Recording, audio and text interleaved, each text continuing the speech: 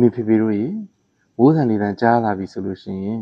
ငါကလေးချိန်ကြိုက်ခံရမလားဖျားမလားဆိုပြီးတော့ရင်တထိတ်ထိတ်နဲ့ကိုဖြစ်နေကြတယ်မလား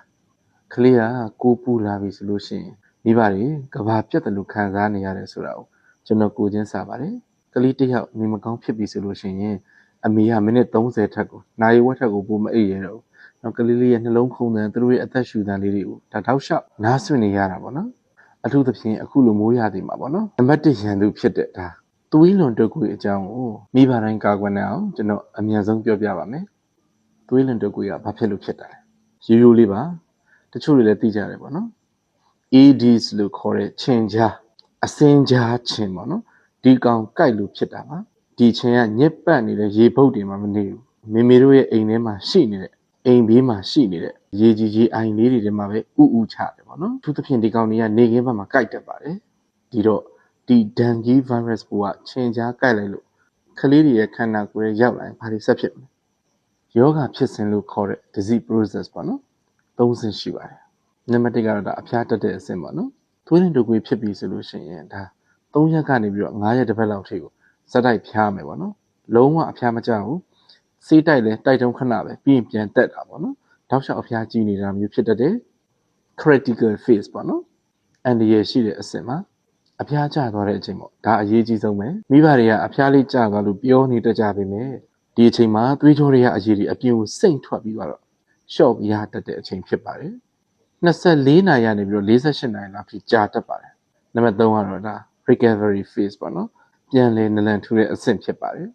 ကလေးကအစားတောက်တွေပူစားလာမယ်လလန်းဆန်းဆန်းရှိလာမယ်ခန္ဓာကိုယ်ပေါ်မှာလည်း dengue recovery rush တွေပေါ့နော်အနေအကွက်လေးတွေထွက်လာတာမျိုးဖြစ်ပါလိမ့်မယ်ဒီတော့သွေးလွန်တုပ်ကွေးနဲ့ပတ်သက်ပြီးတော့မိဘတွေကိုပြောချင်တာကအဖျားဖျားနေတယ်အဖျားရုပ်တရက်ကျသွားပြီဆိုတော့ ਨੇ စိတ်မချမ်းသာကြပါနဲ့哦တေချာစောင့်ကြည့်ဖို့လိုတာဒီအချိန်ဖြစ်ပါတယ်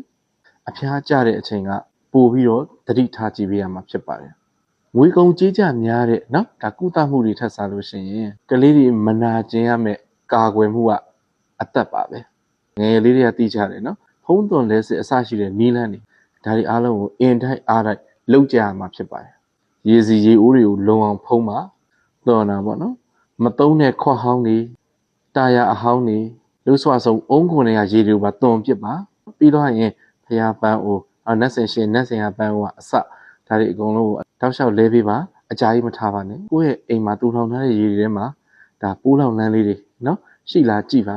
လိုအပ်တယ်ဆိုရင်အဘေးဆေးခတ်ပေးပါဒီကာလဒီအချိန်မှာကလေးတွေကိုအိမ်မှာလဲစွတ်ကြဲလေးနဲ့ပဲမထားပါနဲ့အားလုံးသိထားကြတဲ့အတိုင်းနော်လက်ရှိဘောင်းမီရှိဒီလိုအဝတ်စားလေးတွေဝတ်ပေးပါ mosquito repellent နော်ချင်းပြေးလိမ့်စီလို့ပြောကြတဲ့ဟာလေးတွေဒါလိမ့်ပေးနိုင်ပါတယ်ပါစက်ထဲတော့လုံးဝမဝင်ပါစေနဲ့အကယ်မို့ကလေးကသွေးလွန်တုပ်ကွေးဖြစ်လာပြီဆိုရင်လဲမိဘတွေစိတ်ကိုခဏလောက်အေးလေးထားပါမိဘတွေစိတ်လှုပ်ရှားပြီးပြာခတ်နေကလေးတွေကပိုပြီးထိတ်လန့်နေပါတယ်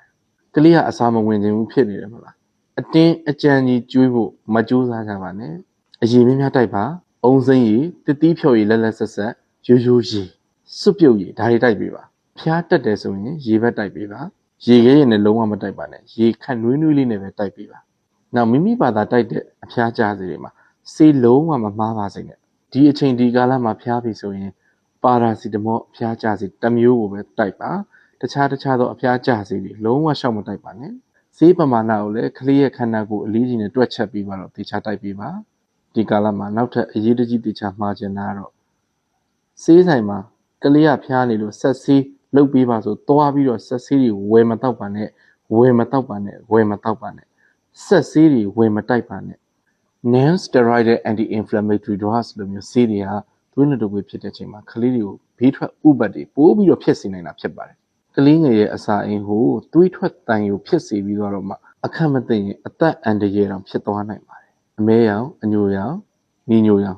စတဲ့အရောင်ရှိတဲ့အရည်တွေအစားအသောက်တွေလုံးဝရှောင်ပါကိုကာကိုလာတို့ချောကလက်တို့ဖရဲသီးရည်ပေါ့နော်မကြီးဖြော်ရည်ဒါမျိုးတွေရှောင်ပါကော်ဖီဒါတွေလုံးဝရှောင်ပါအဓိကတော့မတဲ့တာတဲ့စားလို့ရှိရင်ကလေးအန်တဲ့အချိန်မှာအန်တရရှိတဲ့လက္ခဏာတစ်ခုဖြစ်တဲ့နော်ပါလာတဲ့အရောင်အမဲရောင်အညိုရောင်ကော်ဖီရောင်လိုဟာမျိုးတွေအန်တဲ့ဟာများမှားယွင်းပြီးဆုံးဖြတ်မိတာမဆုံးဖြတ်နိုင်တာမျိုးတွေဖြစ်မှာဆိုတဲ့အတွက်ကြောင့်ဖြစ်ပါတယ်ခွဲကြရခက်တဲ့အတွက်ကြောင့်ဖြစ်ပါတယ်အခုပြောပြမယ်အန်တရရှိတဲ့လက္ခဏာအချက်9ချက်ထဲကတစ်ခုရှိလာပြီဆိုတာနဲ့ ဆေးရုံဆေးခန်းသွားပြဖို့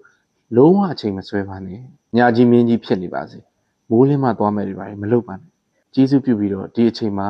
ကလေးကနံပါတ်1တခြားကိစ္စတွေအားလုံးမေ့ပြီးသွားတော့မှနီးစပ်ရာဆေးရုံဆေးခန်းကိုတေချာသွားပြပေးပါတေချာနားထောင်ပါအဖျားကျသွားပြီမဲ့နော်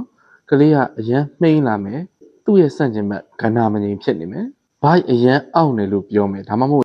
ဒီတိုင်းလေးဖောက်ဖွာလေးထိလိုက်တာနဲ့အရန်ကိုမဟာရရနာတဲ့ဟာမျိုးပေါ့နော်ဒီလိုဖြစ်နေတယ်ဆိုရင်နောက်တစ်ခုကမကြာခဏအန်လာတနေ့ကိုပေါ့နော်3ချိန်ထက်မနည်းအစာရဝင်မရအောင်အန်နေတာမျိုးနောက်တစ်ခုကတော့ခန္ဓာကိုယ်ရင်းမှာသွေးကိုစိတ်နဲ့လက္ခဏာတွေပေါ်လာတယ်ဆိုရင်ဥပမာနှာခေါင်းသွေးရှမ်းတာတဖုံးကနေသွေးထွက်တာအန်တဲ့အထဲမှာသွေးပါတာကော်ဖီအနှစ်အယောင်တွေအန်တာဝမ်းသွားတဲ့အထဲမှာသွေးပါတာကတ္တရာဈေးအမဲရောင်လိုမျိုးတွေပါတာနောက်တစ်ချက်ကတော့6နာရီကနေ7နာရီထိစီးတစမ်းမှမသွားဘူးဆိုလို့ရှိရင်သွေးလန့်ဖို့အတွက်ဓာတ်ဆူနေတာဖြစ်ပါပြီသွေးလန့်ဖို့အတွက်ဓာတ်ဆူနေပါပြီခြေလက်တွေအေးဆက်ပြီးတော့ပြာနှမ်းလာတာတကူလုံးအေးဆက်သွားတာကလေးကကြောင်6ချားတွေပြောလာတာအရေပြားပေါ်မှာအနီဆက်တွေအနီအကွက်တွေအများကြီးထွက်လာတာတကယ်တမ်းကျတော့မိဘတယောက်ရဲ့ဒါစုဆောင်းမှုတွေအိမ်မက်တွေအားဆိုရင်ဒီကလေးလေးပါပဲဒါကြောင့်စောင့်ကြည့်လိုက်အောင်မယ်ဆိုတဲ့စကားလေးနဲ့ကလေးရဲ့အသက်ကိုလုံးဝလောင်းကြီးမထက်ကြပါနဲ့ခင်မိဘအပေါင်းတို့ကလေးလေးတွေဆိုတာဒါကျွန်တော်တို့ရဲ့ကဘာကြီးရဲ့အလှပဆုံးသောပန်းမွင့်လေးတွေဖြစ်ပါတယ်သူတို့တွေနေမကောင်းဖြစ်ပြီးနေရထိုင်ရခက်လို့မျက်ရည်တစ်စက်လောက်ကျလာဟာဒါမိဘတွေရဲ့ရင်ထဲမှာလေအဆစ်နဲ့အပတ်ခံလိုက်ရတယ်လို့ခံစားရတယ်ဆိုတာလေဒါ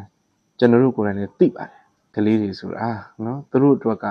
မိဘကလွဲပြီးတော့အားကိုးမရှိပါဘူးဒီလိုမိုးဦးကြကာလမိုးရသည့်ကာလတောက်လျှောက်မှာအိမ်တွင်းအိမ်ပြင်တန်ရှင်းကိုဂရုတစိုက်သိချာလှုပ်ပေးတာဟာဆိုရင်ကလေးရဲ့အသက်ကိုကဲတင်နေတာနဲ့အတူတူပါပဲဒါကြောင့်